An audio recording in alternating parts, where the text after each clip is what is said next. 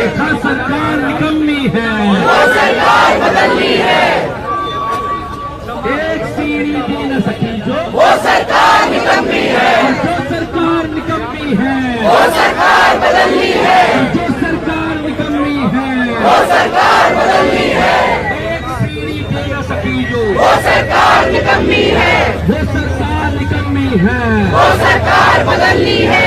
9 लोगों को बचा न सकी जो, वो सरकार निकम्मी है। जो सरकार निकम्मी है, वो सरकार बदलनी है। जो सरकार निकम्मी है, वो सरकार बदलनी है। 9 लोगों को बचा न सकी, वो सरकार बदलनी है। सरकार निकम्मी है, वो सरकार बदलनी है। सरकार निकम्मी है। वो सरकार बदलनी है। आप सोचिए, दिल्ली में 9 लोगों का परिवार बदल दो, चीखता रहा, चिल्लाता रहा छत पे, हमें बचा लो, हमें बचा लो। इनकी फायर ब्रिगेड के पास सीढ़ी नहीं थी कि उनको उतार सके, इनके पास जाल नहीं था कि उनको कुदा सके। लोगों ने कहा कि हम गद्दे बिछा देते हैं, इन्होंने गद्दे नहीं बिछाने दिए। और अब जो रिपोर्ट लेके आए हैं उसमें उनकी मौत का जिम्मेदार उन्हीं को बना दिया है कि उनकी दुकान में इन्फ्लेमेबल मटेरियल था। क्या था? RDX था, पेट्रोल था, डीजल था, क्या था? हॉजरी का सामान था, कॉस्मेटिक था। तेरे आने जाने का एक रास्ता था। आपके घर में कितने रास्ते? रेखा गुप्ता के घर में कितने रास्ते? आशीष तू क्या रहता है उससे मैं पूछना चाहता हूँ, उसके घर में ऊपर नीचे जाने के कितने रास्ते? 5 रास्ते, 2 रास्ते। ये झूठे मक्कार लोग हैं। सरकार जिन लोगों की जिन लोगों ने हत्या करवा दी, इन लोगों की वजह से वो लोग मारे गए। ये लोग उन्हीं के ऊपर दोष डाल रहे। इनसे ज्यादा गंदा आदमी कभी हमने नहीं देखा।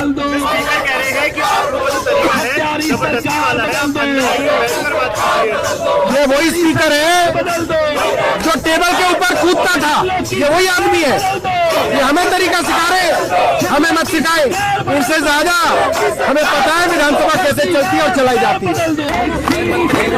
वो सरकार निकम्मी है। एक सीढ़ी दे न सकी जो, वो सरकार निकम्मी है। 9 लोगों को बचा न सके जो, वो सरकार निकम्मी है। 9 लोगों को बचा न सके जो, वो सरकार निकम्मी है। वो सरकार निकम्मी है, वो सरकार बदलनी है। रेखा सरकार निकम्मी है, वो सरकार बदलनी है। रेखा सरकार निकम्मी है, वो सरकार बदलनी है। रेखा सरकार निकम्मी है, वो सरकार बदलनी है। रेखा सरकार जुमला है, जुमला है, जुमला है। रेखा सरकार जुमला है, जुमला है, जुमला है। सरकार जुमला है, जुमला है, जुमला है। जुमला है, जुमला है। जुमला है, जुमला है।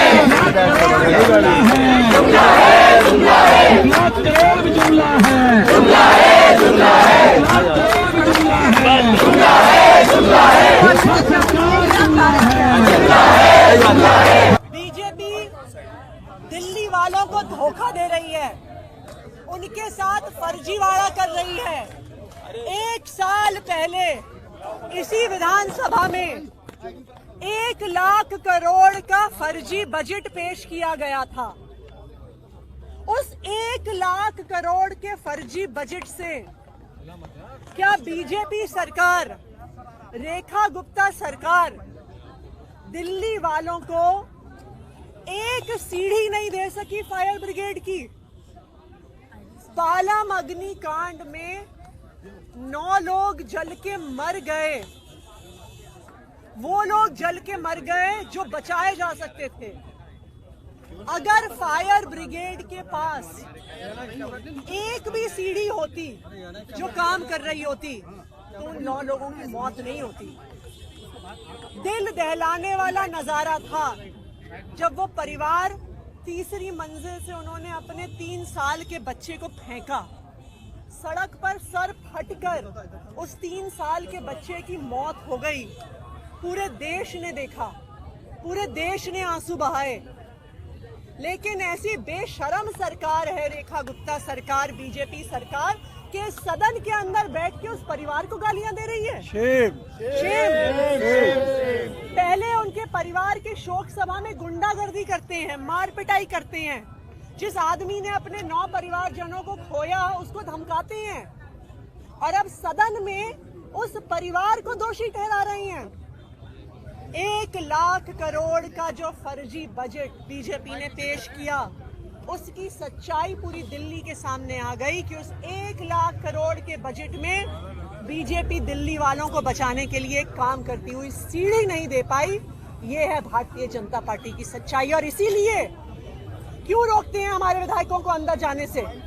क्यों कहते हैं संजीव झा को बाहर निकालो, कुलदीप कुमार को बाहर निकालो, जरनैल सिंह सोमदत्त को बाहर निकालो? क्योंकि जब विपक्ष के विधायक पूरी संख्या में अंदर होंगे तो भारतीय जनता पार्टी की सच्चाई दिल्ली वालों के सामने आएगी। इसीलिए एक एक करके आम आदमी पार्टी के विधायकों को बाहर निकालते हैं। लेकिन बीजेपी वालों, जान लो, आप हमें सदन से बाहर निकाल सकते हैं, लेकिन हम सड़क पर भी दिल्ली की जनता की आवाज बनेंगे। आपका झूठ, आपका धोखा दिल्ली वालों के सामने रखेंगे। आशीष सूद कह रहे हैं अगर कमर कस के काम किया होता तो आज कफन बांधने का ड्रामा नहीं करना पड़ता। आशीष सूद को चुल्लू भर पानी में डूब मरना चाहिए। उनमें थोड़ी भी शर्म होती तो पालम अग्निकांड के बाद उन्होंने बतौर मंत्री इस्तीफा दे दिया होता।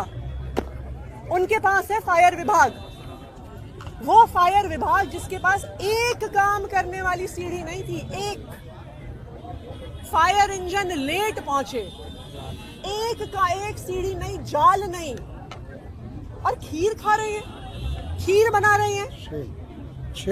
इनमें थोड़ी सी भी रत्ती भर शर्म होती तो कम से कम एक शौक के साथ विधानसभा का शुरू करते। लेकिन ऐसे बेशरम लोग हैं कि जिस परिवार ने अपनों को खोया उसी को दोषी साबित करने की कोशिश कर रहे हैं।